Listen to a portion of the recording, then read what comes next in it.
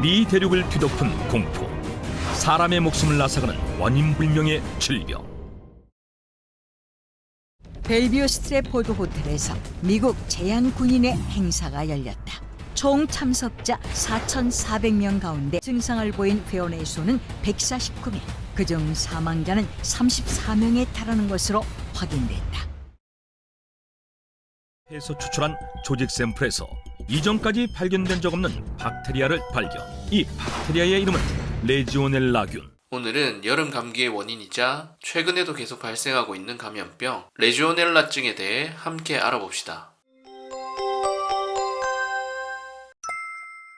레지오넬라증은 이름 그대로 레지오넬라균이 일으키는 감염병입니다. 레지오넬라균에는 수십 종이 있는데 그중 주요 원인균은 레지오넬라 뉴모필라라는 균이고 다른 종류의 레지오넬라균들도 감염을 일으킬 수 있어요. 오염된 물속에 살던 레지오넬라균이 비말을 타고 사람의 호흡기로 들어오게 되면 감염을 일으킬 수 있습니다. 사람과 사람 사이에는 전파가 되지 않아요. 레지오넬라균이 퍼지게 되는 흔한 원인은 바로 뜻밖에도 에어컨이었다.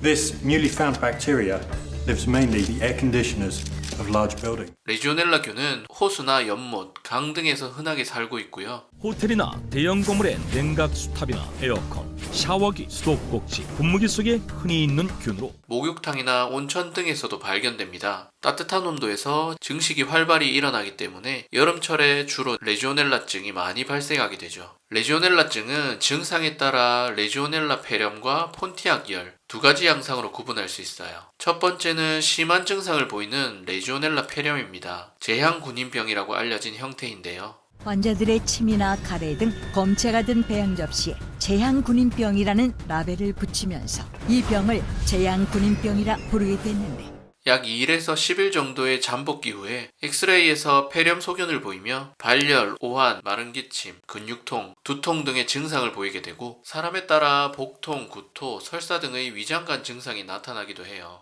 뜨거운 날씨가 냉각 시스템의 박테리아 수를 증가시켰으며 폭도 에어컨 환풍구를 통해 퍼졌고, 이에 면역력이 약한 고령의 제향군인들에게 집단 발병한 것으로 추정.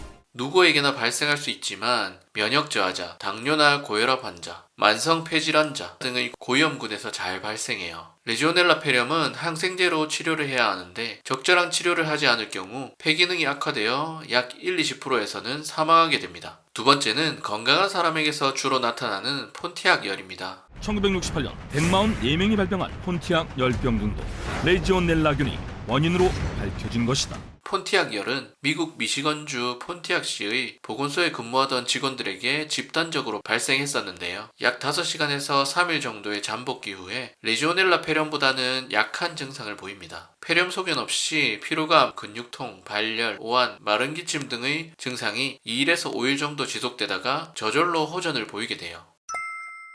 눈에 보이지 않는 레지오넬라균에 의한 감염을 예방하는 것은 어렵지만 흔한 원인인 에어컨을 자주 청소하고 소독해주고 필터도 주기적으로 교체해줘야 하고요. 자주 창문을 열어 환기도 해주는 것이 좋아요. 샤워기 필터도 주기적으로 교체해주고 가습기를 사용할 때도 오염된 물을 사용하지 않도록 주의해야 합니다. 대형 건물의 시설 관계자분들은 정기적으로 급수시설과 냉각탑을 점검하여 소독과 청소를 시행하도록 하면 레지오넬라증을 충분히 예방할 수 있겠습니다. 지금도 미국에서는 매년 5,000건의 레지오넬라균 감염 사례가 보고되고 있다고 한다. 우리나라에서도 최근 몇 년간 레지오넬라증에 걸린 환자 수가 증가하고 있어요. 혹시나 호텔이나 백화점, 병원 등의 대형 건물이나 목욕탕, 온천 등을 이용한 후에 증상이 나타날 경우 레지오넬라증일 수도 있으니 병원에 가셔서 검사와 치료를 받으시면 좋겠네요. 끝까지 시청해 주셔서 감사합니다. 구독과 좋아요, 알림 설정 꼭 부탁드립니다. 오늘도 건강하세요.